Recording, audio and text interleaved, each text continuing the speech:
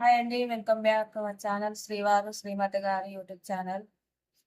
ఈరోజు వీడియో వచ్చేసి ఊతప్పం ఎలా రెడీ చేసుకోవాలో ఈ వీడియోలో చూద్దాం. ఊతప్పంని ఈజీగా సింపుల్గా 5 నిమిషాలలో రెడీ చేసుకోవచ్చు. ఇంట్లో ఇడ్లీ పిండి దోశ పిండి లేనప్పుడు ఇలా ఊతప్పాన్ని సింపుల్గా ట్రై చేయవచ్చు. లైక్ చేయండి, షేర్ చేయండి, కామెంట్ చేయండి, సబ్స్క్రైబ్ చేయండి. మీరు కూడా మీ ఇంట్లో ట్రై చేయండి.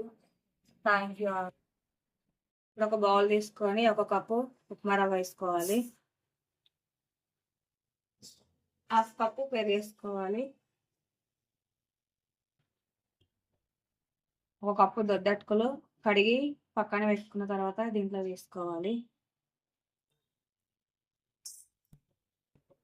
కొంచెం వంట సోడా వేసుకోవాలి. రుచికి తగినంత ఉప్పు వేసుకోవాలి.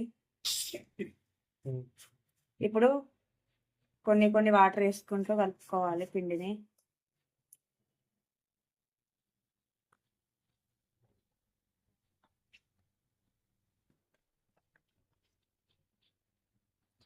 ఇలా మిక్స్ చేసుకుంటూ కలపాలి.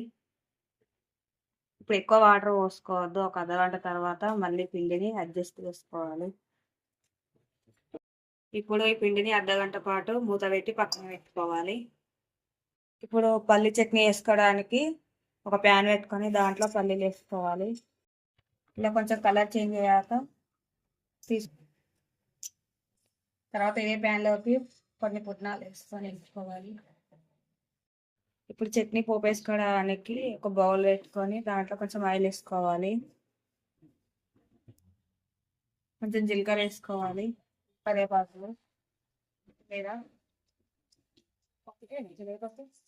కొంచెం పచ్చి శనగపప్పు వేసుకోవాలి.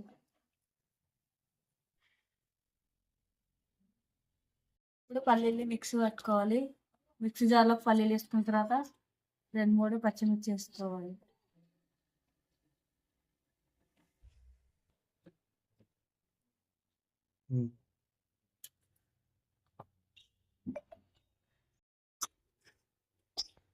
ఒక క్యారెట్ తీసుకొని ఇలా కొంచెం తురుముకొని పక్కన పెట్టుకోవాలి.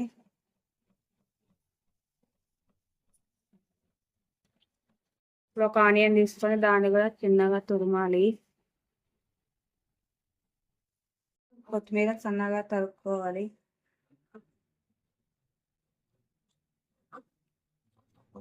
తర్వాత కరివేపాకు కూడా చిన్న కట్ చేసుకోవాలి.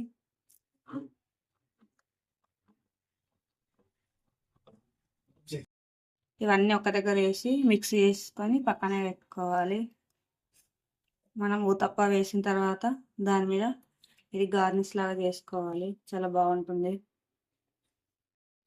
1/2 అవర్ తర్వాత పిండి ఇలా అవుతుంది. తర్వాత దీంట్లోకి కావాల్సినన్ని నీళ్ళు పోసుకొని పిండిని కలుపుకోవాలి.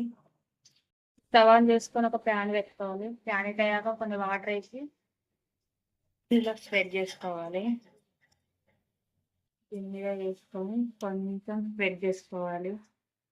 పెసరట్టును, క్యారెట్, ఆనియన్స్, కొత్తిమీర, కరివేపాకు అన్ని దీని మీద ఇలా వేసుకోవాలి.